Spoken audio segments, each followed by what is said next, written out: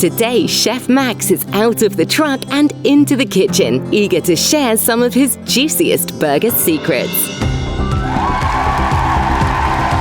Hello everybody, it's me, Max, the owner and operator of the Big Nerd food truck. Wow. And we're here today to show you how to make a perfectly reasonable hamburger that your children won't hate. Let's get right on into it. On this episode, Chef Max will be demonstrating how he makes a delectable Big Nerd classic, the Little Nerd. Okay, first thing we're gonna do is we're gonna grab this hamburger patty, make sure our grill's up a little hotter. Oh yeah. And we're gonna put it on the grill.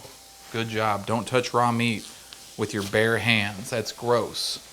I like to cook at 420 degrees Fahrenheit. Glaze it, my children. Next, we're gonna season our meat. Why do we season our meat? That's a good question. It's because we want it to have any flavor at all, because we like to taste the food.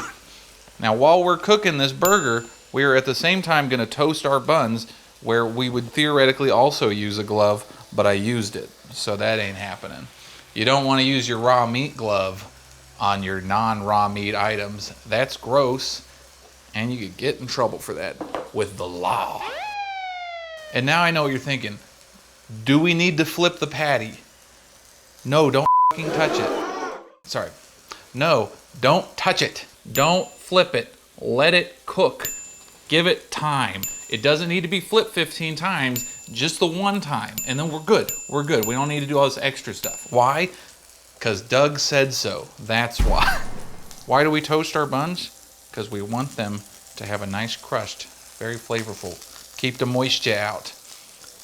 Should you use butter when you toast? If you want it to taste good, or if you're poor, no. But always remember that a toasted bun will taste better than a non-toasted bun.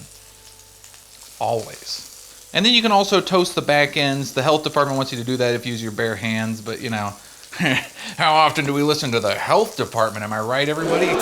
Note, the Big Nerd is fully committed to maintaining the highest standards of food safety and is in strict compliance with all applicable local, state and federal laws, regulations and guidelines. This includes, but is not limited to, full and continued adherence to all provisions set forth in the Kansas Food Code, Kansas Department of Agriculture Food Safety and Lodging Program, as well as any other relevant guidelines, statutes or mandates governing the safe preparation, handling, storage and serving of food to the general public. We can cut that right.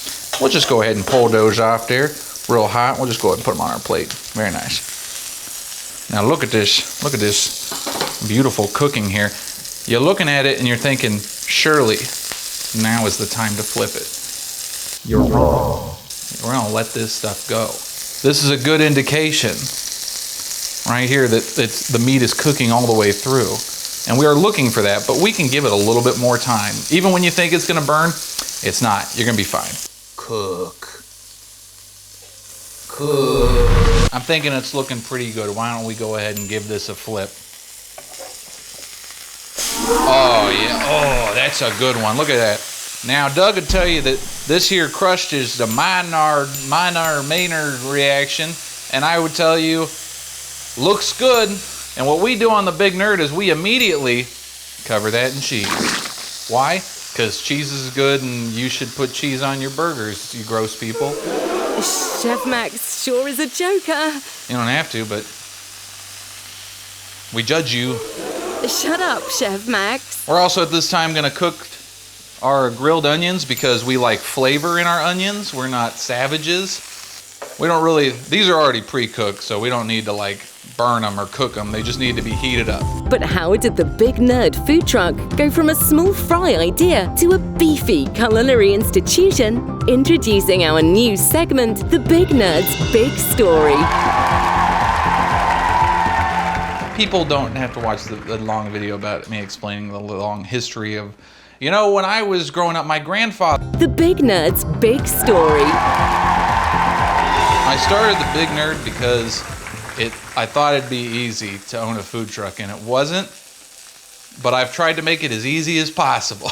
Everything I could, except for paying taxes, which I do diligently, and I take meticulous care of my records. Thank you very much.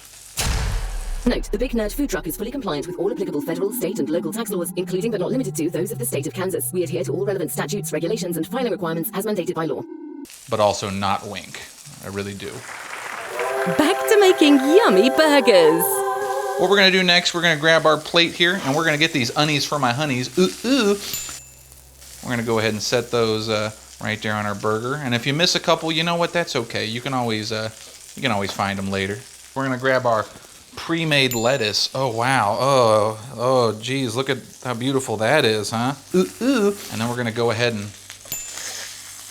Oh, yeah. We're just going to pull that off. And if you're not sure if it's done yet, you can always cut through and just look to see. If you see any pink, especially on these quarter-pound patties, that's bad. You're going to kill somebody. And we got a nice toasty top, too. That might be a little much. If you follow these steps right here, you're going to make a perfectly reasonable burger. It's just going to be fine. It's going to be fine, and that's really what you're looking for. The Big Nerd. It's just going to be fine. It's just going to be fine. And that's what you're looking for. You don't need to be Gordon Ramsay to make a burger, you idiots. Thanks for joining us at the Big Nerd's Kitchen, sponsored by GoodCookin.com and Times New Runic Productions.